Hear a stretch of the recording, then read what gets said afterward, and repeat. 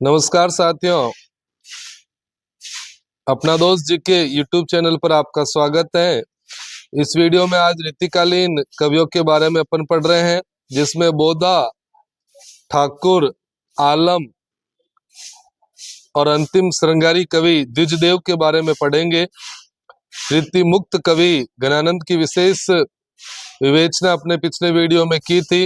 वो video description box में playlist में मौजूद है, वहां से आप पढ़ सकते हैं। आगे पढ़ते हैं। बोधा, रीति मुक्त कवि बोधा, पूरा नाम बुद्धिसेन। बोधा का पूरा नाम बुद्धिसेन था। इनकी प्रेमिका सुभान थी।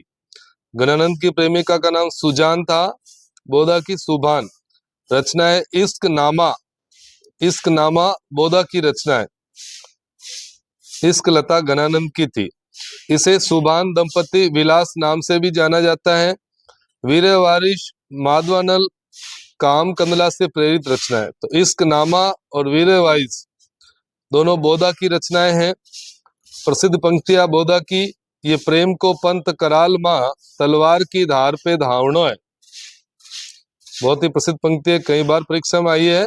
ये प्रेम को पंत कराल माँ, तलवार की धार पे धावणो है। प्रमुख आलोचकों के कथन, ठाकुर की तरह बोधा भी मस्त थे, पर उनमें सस्तापन भी था। बच्चन सिंह, तो बच्चन सिंह सस्ता वाला कथन बच्चन सिंह का, बच्चे का सस्ता ही होता है। बोधा ने दरबारी संस्कृति के बीच भी आत्मनिष्ठा के भाव को व्यक्त किया है। बच्चन सिंह, तो बच्चन सिंह का कथन है दरबारी संस्कृति के बीच भी आत्मनिष्ठा का भाव बनाया है।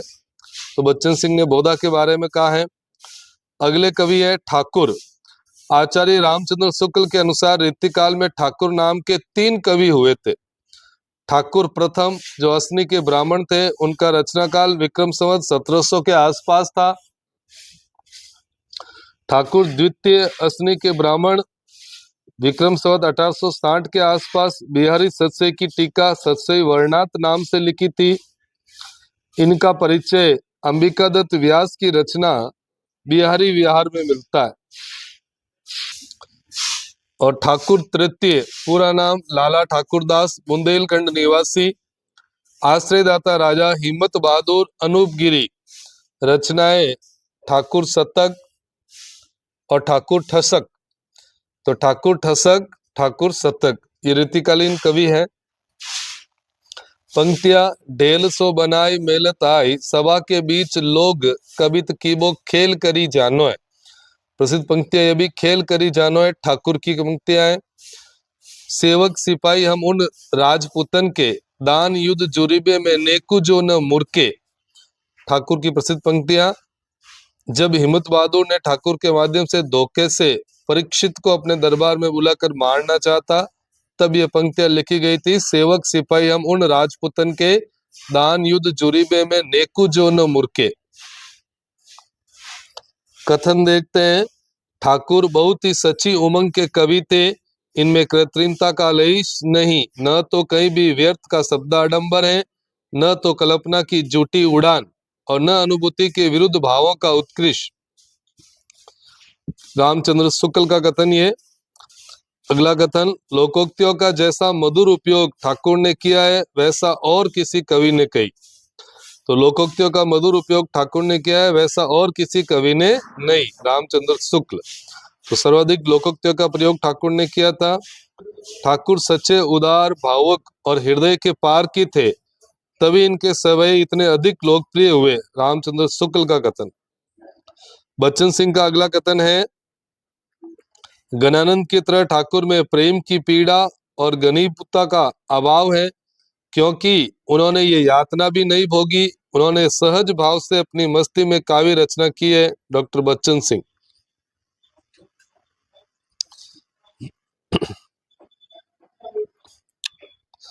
आलम अगले कवि हैं। ये ब्राह्मण थे। शेख रंजीन से विवाह करने तो मुस्लिम धर्म अपनाया था। इनकी रचनाएं है आलम केली, श्याम स्नेही, माधवानल काम कंदला। तो आलम केली, श्याम स्नेही और माधवानल काम कंदला आलम की रचनाएं हैं। औरंगजेब के द्वितीय पुत्र मुअज्जम के आश्रित कवि थे। पंक्तियों में याद रखना है, कनक छरीसी कामिनी काहे कटी छीन। ये पहली पंक्ति है जो आलम ने लिखी है। उसकी दूसरी पंक्ति शेख रंगरेजिन ने पूरी की थी, कटी को कंचन काटी विधि कुचन मध्य धरी दीन। तो कनक छरीसी कामिनी काहे कटी छीन आलम की पंक्ति है। इसकी दूसरी पंक्ति शेख रंगरेजिन पूरी करती है कि कटी को कंचन काटी विधि कुचन मध्य धरी दीन। आलम की अन्य चर्चित पंक्तियां इस प्रकार है, प्रेम रंग पगे जगमगे जगे जमीनी के, जोनन की ज्योति जगी जोर उगमत है। रीतिकालीन रीतिमुक्त कवि आलम की चर्चित पंक्तियां है ये। दिल के दिशा सा दीजे हाल के न ख्याल हुजे, बेखुद फकीर व आशिक दीवाना है। तो आलम की पंक्तियां। आलम के संदर्भ में आलोचकों के मत, प्रेमोल्लास की व्यंजना इनमें निसंदेह उच्च कोटि की थी, हजारी प्रसाद द्विवेदी ने कहा। तो प्रेमोल्लास की व्यंजना इनमें निसंदेह उच्च कोटि की थी, हजारी प्रसाद द्विवेदी ने आलम के संदर्भ में कहा है। डॉक्टर बच्चन सिंह लिखते हैं, आलम फकीराना ठाट और आशिकी के कवि है। तो आशिकी के कवि डॉक्टर बच्चन सिंह ने आलम को कहा है। आलम की रचनाओं में खिन्न मन स्थिति का मार्मिक चित्रण है। बच्चन सिंह। रामचंद्र शुक्ल लिखते हैं, प्रेम की तन्मयता के कारण आलम की गणना रसखान और गणानंद की कोटि में होनी चाहिए। रामचंद्र शुक्ल।